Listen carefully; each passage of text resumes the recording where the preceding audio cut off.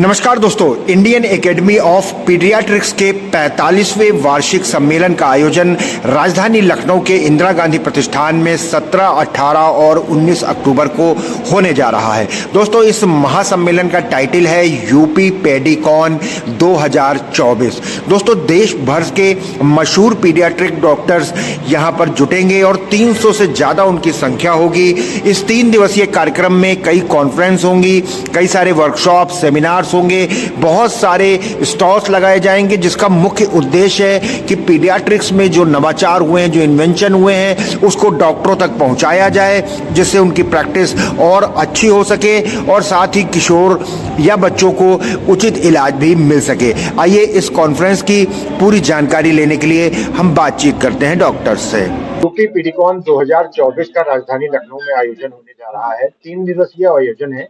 तो किस तरीके का आयोजन ये होगा, कैसे वर्कशॉप्स होंगी, क्या कुछ हमको पेडिकॉन में दिखने वाला है? जी देखिए, ये हम लोगों का प्रदेश का वार्षिक सम्मेलन होता है भारतीय लोक बाल अकादमी जो है उसके सदस्यों का। भारतीय बाल अकादमी के जो सदस्य हैं उत्तर प्रदेश में लगभग 2000 हैं। ये अब तक की सबसे बड़ी कॉन्फ्रेंस हो रही है, जिसमें 1000 सदस्य भाग ले रहे हैं और इंफॉर्मेशन देने के लिए अंतर्राष्ट्रीय, राष्ट्रीय स्तर के बाल विशेषज्ञ आ रहे हैं। तो पहले दिन इसमें 5 कार्यशालाएं हैं। इन कार्यशालाओं में ट्रेनिंग दी जाती है डॉक्टर्स को और रेजिडेंट्स को कि उनको बच्चों की खास टॉपिक्स में, जैसे बच्चों को नवजात शिशु को जब पैदा होता है उसको सांस लेने का तरीका, वेंटिलेशन, उनका न्यूरो डेवलपमेंट आगे क्या हो, उसकी दूसरी कार्यशाला जिससे अच्छा ब्रेन विकसित हो।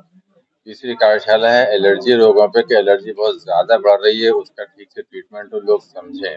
चौथी रिसर्च मेथोडोलॉजी भी वर्कशॉप है कि उनका रिसर्च वगैरह का आगे एक ठीक से रिसर्च करना लोग सीखें। और एक डायग्नोस्टिक और पीआईसीयू, आपने आजकल बहुत नाम सुना होगा, इंटेंसिव केयर यूनिट, उसकी कार्यशाला है क्योंकि गंभीर रोगों के लिए कुछ पीआईसीयू, जैसे आप आजकल देख रहे हैं डेंगू के मरीज हैं, कुछ दिनों पहले कोरोना के थे, तो जो जानलेवा बीमारियां तो उनसे बचाने के लिए, ये तो कार्यशालाएं हैं। फिर कल शाम को समारोह का उद्घाटन करने के लिए हमारे राष्ट्रीय सारे पदाधिकारी लोग आएंगे और मुख्यमंत्री जी की तरफ से भी संदेश आएगा उसमें। तो कल शाम को है एनीमिया मुक्त भारत की तरफ से हमने पहली बार पहला सेशन रखा है पिंक इंडिया पे कि हम एनीमिया से शुरुआत करेंगे, सरकार के प्रोग्राम के साथ चलेंगे। परसों हमारा मुख्य दिवस है कार्यशालाओं का, जिसमें दिन भर सुबह से लेकर शाम तक 0 से लेके नवजात शिशु से लेके 20 साल उम्र के बच्चों के विभिन्न रोगों के इलाज उस पर विचार विमर्श होगा। सभी तरह के डिपार्टमेंट्स का, चाहे सांस के रोग हों, किडनी के रोग हों, एलर्जी के रोग हों, और तमाम विषयों पर होगा। और परसों कार्यशाला का समापन है, जब उसमें ये जारी रहेगा। और परसों के कार्यक्रम में जो 18 तारीख को पुरस्कार वितरण समारोह का शाम को, जिसमें उप मुख्यमंत्री ब्रजेश पाठक जी स्वयं आएंगे, वो स्वास्थ्य मंत्री भी हैं, तो वो जो है उसमें सम्मिलित होने आएंगे, उद्घाटन उसका करेंगे। तो सर, सीएमई के अलावा कुछ कंपनीज भी आ रही हैं जो अपना कुछ डिस्प्ले लगाएंगी या इस तरह के कभी? इसमें डिस्प्ले के बारे में करीब 70-80 कंपनियां हैं जो अपना डिस्प्ले लगाएंगी। कुछ कंपनियों के उपकरण हैं, कुछ कंपनियों की दवाइयां हैं, कुछ कंपनियों के दूसरा रिसर्च या उस तरह की मशीन है। एक इस तरह का इंजेक्शन आने जा रहा है कि बिना तकलीफ के, एक गन से जिस तरह से इंजेक्शन आप लगाते हैं डायबिटीज के लोग खुद को, बिना दर्द के इंजेक्शन लग जाए, वैक्सीनेशन ऐसा लग जाए, ऐसी मशीन का भी होने वाला है। दूसरा डेंगू के टीके का बात होगी, डेंगू का इतना प्रकोप चल रहा है, तो डेंगू का टीका ईजाद हो गया है, उसको भारत में हम लोग किस तरह से लाएं, इसके विषय पर भी बात होगी। सर, 2024 के आयोजन का मुख्य उद्देश्य क्या है? देखिए, मुख्य उद्देश्य है कि हमारा प्रदेश बहुत बड़ा प्रदेश है, उसमें संख्या बहुत ज्यादा है, तो हम लोगों का मृत्यु दर है बच्चों का, हर 1000 में से कितने बच्चे मर जाते हैं, उसको कहते हैं बच्चों का मृत्यु दर 5 साल तक या 28 दिन तक, तो वो अन्य प्रदेशों की तुलना में हमारा अधिक है। उसको ठीक करने का उद्देश्य है, ये हमारा मुख्य उद्देश्य है। राष्ट्रीय लक्ष्य है नवजात शिशु का मृत्यु दर 12 से कम हो प्रति 1000। हमारे प्रदेश में 30 है, दिल्ली में 12 पहुंच गया है, साउथ के कई राज्यों में रिसीव कर लिया गया है। हम अभी पीछे हैं, लेकिन तेजी से इसमें कैसे आगे बढ़े, पहला लक्ष्य ये है। दूसरा, 5 साल से कम बच्चों की मृत्यु दर देश भर में का है, एवरेज है 40, हमारा है लगभग 60। इसको कम करने के लिए प्रयास करना है। तीसरा है कि बच्चे जो बच रहे हैं उनका मानसिक विकास पूरी तरह से हो, बच्चों के लिए सर्वाइवल से लेकर स्कूल तक उनका ब्रेन डेवलपमेंट ठीक हो, जिससे अच्छे नागरिक बन सकें और देश के अच्छे नागरिक बने, देश का भविष्य बने। ये उद्देश्य है। बाकी तमाम जो छोटी बीमारियां हैं, छोटी छोटी हैं, कि बच्चों की पैदाइशी बीमारियां हैं, किडनी के रोग हैं, हृदय के रोग हैं, लीवर के रोग हैं, इन सब के बारे में सबसे बड़ा मृत्यु का कारण बच्चों में होता है नवजात के टाइम पे ही होना। पहले 28 दिनों पे बात होगी कि उनको कैसे बचाया जाए। दूसरा सबसे बड़ा कारण है एक रोग है सांस रोग, निमोनिया। निमोनिया से बचने के लिए टीके, सफाई, जल्दी इलाज से लेके बात होगी। जैसे कोरोना में बताया गया था, हाथ धोना, मास्क लगाना और 2 गज की दूरी बनाए रखना। टीकाकरण 5 साल 7 बार टीकाकरण से बचाव होता बीमारियों का। दूसरा रोग है सबसे बड़ा दस्त रोग। तो ये 2 बड़े रोगों से लगातार प्रयास चलते ही रहते हैं हम लोगों के साथ, सरकार के साथ। दस्त रोगों से मृत्यु दर बहुत कम हो गई है। तो इस तरह की बात। मैम, यूपी पीडियाट्रिक पीडिकॉन 2024 का आयोजन होने जा रहा है। आजकल हम देख रहे हैं बहुत छोटे बच्चों में बड़ी गंभीर किस्म की बीमारियां हो जा रही हैं। टीकाकरण भी एक बड़ी समस्या है। तो पीडिकॉन में किस तरीके से सीएमई होंगी, किस तरीके से डॉक्टर्स को फायदा मिलेगा, बाल रोग विशेषज्ञों को फायदा मिलेगा? अच्छा, तो ये आपने बात की बाल रोग विशेषज्ञों को फायदा मिलेगा, सिर्फ ऐसा नहीं है, समूचे समाज को फायदा मिलेगा, ये असलियत है।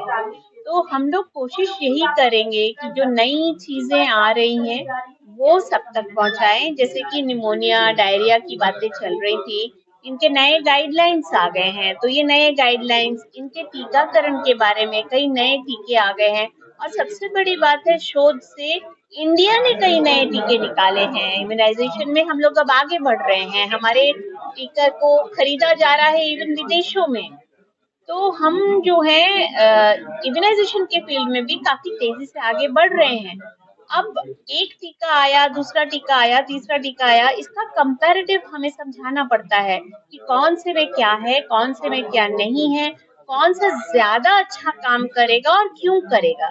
क्योंकि सारे लोग जो आते हैं ना वो मेडिकल बैकग्राउंड से, उनको हमें समझाना पड़ता है कि कौन सा ज्यादा फायदेमंद रहेगा, तब जाके उस टीके का वो लोग इस्तेमाल सही कर पाते हैं। तो ये तो हो गया टीकाकरण के विषय में। दूसरा हुआ ह्यूमन मिल्क बैंकिंग। आपको पन्ना दाई की कहानी याद होगी, जब हम लोग सब जो है क्या करते थे, माँ नहीं है कोई बात नहीं, दाई ने, धात्री ने दूध पिला दिया। लेकिन आज के जमाने में किसी के पास फुर्सत ही नहीं है कि दूध अगर खत्म भी हो गया तो कौन दे दे। तो ये हुआ है कि कुछ ऐसी एम्पैथेटिक माताएं हैं जो अपने दूध को दान समझ के दे देती हैं एज ए चैरिटी। जिनके पास दूध होता है ज्यादा, वो अपने बच्चे को पिलाती हैं, प्लस दूसरों की मदद की खातिर अपना दूध दान में देती हैं। तो केजीएमसी में हम लोगों ने एक ह्यूमन मिल्क बैंक तैयार किया है।